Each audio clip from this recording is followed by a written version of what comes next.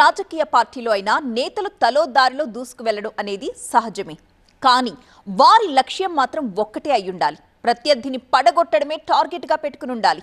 కానీ తెలంగాణలో ఆ పార్టీ పరిస్థితి వేరే రకంగా ఉంది.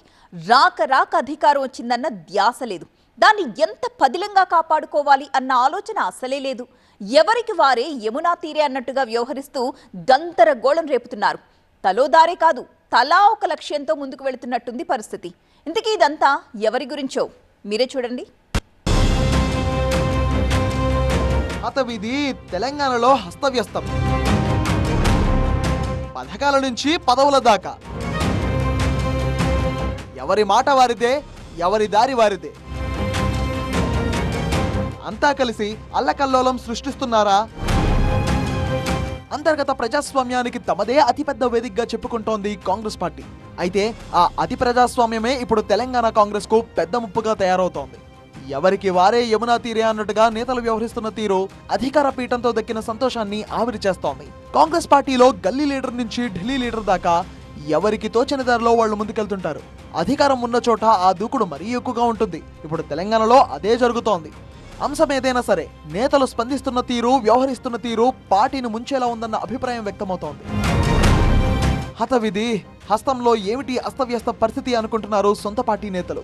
ఒక్కటి కాదు, రెండు కాదు, వరుసగా ఇలాంటి పరిణామాలే సంభవిస్తుండడం అధికార పార్టీని ఉక్కిరి బిక్కిరి చేస్తున్నాయి. అంతా సెట్ అనుకునే లోపే ఏదో అనుకుని ఉపద్రవం వచ్చేస్తోంది. తాజాగా ఎస్సీ వర్గీకరణ అంశం పార్టీలో అగ్గిరాజేసింది. పార్టీలో మాలా మాదిగా నేతల మధ్య వారు మొదలైంది. సుప్రీం తీర్పుకు అనుగుణంగా ఎస్సీ వర్గీకరణ చేస్తామని అసెంబ్లీ సాక్షిగా సీఎం రేవంత్ రెడ్డి అప్పట్లో ప్రకటించారు. మరి అది ఎప్పుడు అమల్లోకి వస్తుందనే చర్చ జరుగుతుండగానే పార్టీలో కుమ్ములాట్లు మొదలయ్యాయి. వర్గీకరణకు వ్యతిరేకంగా ఎమ్మెల్యే గడ్డం వివేక్ చేసిన వ్యాఖ్యలు వేడి పుట్టించాయి. వర్గీకరణకు వ్యతిరేకంగా మాట్లాడిన వివేక్ పై చర్యలు తీసుకోవాలంటూ మాజీ ఎమ్మెల్యే సంపత్ కుమార్ డిమాండ్ చేస్తున్నారు. పిసిసి కీలక సమావేశంలో సీనియర్ల ముందే ఈ అంశాన్ని లేవనెత్తిన సంపత్ క్రమశిక్షణ చర్యలు తీసుకోవాల్సిందే అని పట్టుబట్టారట. ఒక్కటే కాదు, తెలంగాణ కాంగ్రెస్ కు తెల్లారితే చాలు ఇలాంటి ఏదో ఒక అంశం ఎదురవుతూనే ఉంది. ఎవరు పెట్టారో తెలియదు, ఎలా వచ్చిందో తెలియదు కానీ కాంగ్రెస్ పాలనపై ఓ పోల్ సర్వేకు సంబంధించిన పోస్ట్ సోషల్ మీడియాలో పెద్ద దుమారమే రేపుతోంది. తెలంగాణ రాష్ట్రంలో ప్రజలు ఫామ్ హౌస్ పాలన కోరుకుంటున్నారా లేక ప్రజాపాలన కోరుకుంటున్నారా అంటూ ఓ సర్వే నిర్వహించగా అందులో కాంగ్రెస్ కు ప్రతికూల ఫలితం వచ్చినట్టు సోషల్ మీడియాలో ప్రచారం జరుగుతోంది. ఇది ఓ కాంగ్రెస్ నేత ఎక్స్ అకౌంట్ నుంచి వచ్చినట్టు తెలుస్తోంది. ఆ వెంటనే డిలీట్ చేసినా అప్పటికే దీన్ని ప్రత్యర్థులు వైరల్ గా మార్చేయడంతో అసలుకే ఎసరొచ్చి పడింది. అది అసలు మేము పెట్టలేదు అంటూ సోషల్ మీడియా టీం ఎంత చెప్పుకున్నా జరగాల్సిన నష్టం జరిగిపోయిందనే అభిప్రాయం వ్యక్తమవుతోంది. ఈ విషయంలో సునీల్ కనుగోలు టీంపై ముఖ్యమంత్రి రేవంత్ రెడ్డి తీవ్ర అసహనం వ్యక్తం చేసినట్టు తెలుస్తోంది. బీఆర్ఎస్ వాళ్లే గిమ్మిక్కులతో పోల్ని మార్చేశారంటూ కాంగ్రెస్ నేతలు చెబుతున్నప్పటికీ ఇప్పటికే డ్యామేజ్ భారీగా జరిగిందన్న మాట బలంగా వినిపిస్తోంది. పోలింగ్ పెట్టిన వాడు చూసిరా మీరు? ఆ పోలింగ్ పెడితే 70% మనకు వచ్చింది, 30% మనకు. వాడు పెట్టింది, మనం పెట్టింది కాదు. సోషల్ మీడియా ద్వారానే ఎన్నికలు జరిపి ప్రభుత్వాలు ఏర్పడితే కేసీఆర్ గారు పగటగలగన్నట్టు అన్నిట్లో కూడా సోషల్ మీడియాలోనే పనిచేస్తున్నారు. KTR, TRS party, BRS party వాళ్ళు దాంట్లో చేరి దాంట్లో ఓట్లేసినట్టుగా చేశారు. ఇది వాళ్ళ పార్టీ అస్తిత్వం కోసం, వాళ్ళ నాయకులు పార్టీ వదిలిపెట్టి పోకుండా ఉండటం కోసం ఇచ్చే స్టేట్మెంట్ తప్ప దీని మీద ఏ రకమైనటువంటి వాస్తవం లేదు.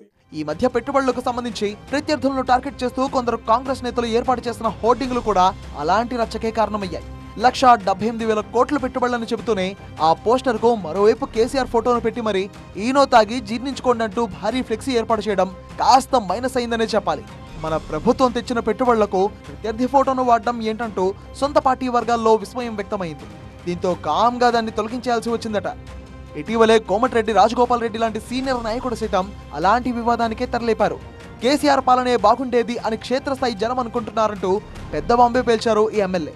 పథకాల అమలు కోసం ఏర్పాటు చేసుకున్న విధి విధానాలపైన ఆయన పార్టీని ఉద్దేశించి విమర్శలు చేయడం పెద్ద రచ్చకే దారితీసింది. సొంత పార్టీ ఎమ్మెల్యే అధికార పక్షంపై ఇలాంటి వ్యాఖ్యలు చేయడం ఏడాది కాంగ్రెస్ పాలనలో అదే తొలిసారి కావడం విశేషం. అయితే ఆయన పదవి కోసమే అలా బెదిరింపు ధోరణిలో మాట్లాడారు అనే ప్రచారం జరుగుతున్నా పార్టీకి ఎంతో కొంత నష్టం తప్పదన్న అభిప్రాయం వ్యక్తమవుతోంది. గ్రామ సభల్లోనూ ఎమ్మెల్యేలు ఏది పడితే అది మాట్లాడారు అన్న అభిప్రాయం వ్యక్తమవుతోంది. అసలే కార్యకర్తలు సామాన్య ప్రజల నిరసనలతో రచ్చరచ్చగా మారిన గ్రామ సభల్లో అధికార పార్టీ ఎమ్మెల్యేలు చేసిన కమెంట్స్ మరింత కాకరేపాయి. సంక్షేమ పథకాల విషయంలో తాము టిక్కు పెట్టిన వారే లబ్ధిదారులంటూ నాగర్ కర్నూలు ఎమ్మెల్యే రాజేష్ రెడ్డి చేసిన వ్యాఖ్యలు పెద్ద దుమారం రేపాయి. గ్రామాల్లో కాంగ్రెస్ కార్యకర్తలే లబ్ధిదారుల లిస్టును సిద్ధం చేశారని, అధికారులు చెప్పిందేది ఫైనల్ కాదని ఎమ్మెల్యే బహిరంగంగా ప్రకటించడం వివాదాస్పదమైంది. తమకు తెలియకుండా అధికారులు లిస్ట్ బహిర్గతం చేస్తే ఎవ్వరికి ఇందిరమ్మ ఇళ్లు, రేషన్ కార్డులు రాకుండా చేస్తామంటూ ఎమ్మెల్యే హెచ్చరికలు జారీ చేయడం ఇంకా వివాదాస్పదమైంది. అప్పుడు విదేశీ పర్యటనలో ఉన్న సీఎం రేవంత్ రెడ్డి గ్రామ సభల్లో జరుగుతున్న రచ్చపై ఆరా తీశారంట.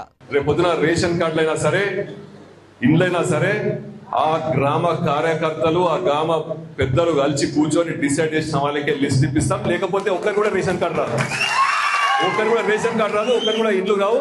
మనం చెప్పే వరకు నేను చెప్పిన కలెక్టర్ గారు కూడా ఆదేశాలు ఇవ్వడం జరిగింది. మన మంత్రి ఇన్ఛార్జ్ మంత్రి దామోదర్ రాజనరసింహ గారు చెప్పిండ్రు, ఎమ్మెల్యే దగ్గర పోతుంది లిస్టు, ఎమ్మెల్యే వాళ్ళ టిక్కు పెట్టిన తర్వాతనే ఆ ఒక లిస్టు రిలీజ్ అవుతుందని చెప్పడం జరిగింది. నేను డిపిఓ చెప్పిన, అడిషనల్ కలెక్టర్ చెప్పిన, ఇన్ఛార్జ్ కలెక్టర్ గారు చెప్పిన, ఇటువంటి లిస్టులు మీరు బయట పెట్టి రిలీజ్ చేయకండి, రిలీజ్ చేస్తే బాగుండదని హెచ్చరించడం జరిగింది. ఇలా పథకాల నుంచి పదవుల దాకా, అభివృద్ధి నుంచి పెట్టుబడుల దాకా అంశం ఏదైనా సరే కాంగ్రెస్ నేతలు వ్యవహరిస్తున్న తీరు, స్పందిస్తున్న విధానం అధికార పార్టీని ఇరకాటంలో పడేస్తున్నాయి. రైతు భరోసా, రైతు రుణమాఫీ విషయంలోనూ భిన్నమైన ప్రకటనలతో ఇదే తరహా గందరగోళం క్రియేట్ చేశారు కాంగ్రెస్ నేతలు. విరుద్ధ ప్రకటనలతో ఎవరికి వారే యమునా తీరే అన్నట్టుగా వ్యవహరిస్తున్న తీరుతో కాంగ్రెస్ నేతలు పుట్టి ముంచేలా ఉన్నారు అన్న అభిప్రాయం కాంగ్రెస్ లోనే వ్యక్తమవుతోంది. మరి హస్తవ్యస్తమైన ఈ పరిస్థితిని పార్టీ పెద్దలు ఎలా సర్దిద్దుతారో చూడాలి. అసలే ఇక కాంగ్రెస్ పై యుద్ధానికి సిద్ధమంటూ ఫామ్ హౌస్ నుంచి శంఖారావం పూరించారు బీఆర్ఎస్ అధినేత కేసీఆర్. ఇప్పటికైనా కాంగ్రెస్ నేతలు అలర్ట్ అవుతారో లేక ఇలాగే తలోదారిలో ముందుకెళ్తూ అసలుకే ఎసరు పెట్టేసుకుంటారో చూడాలి.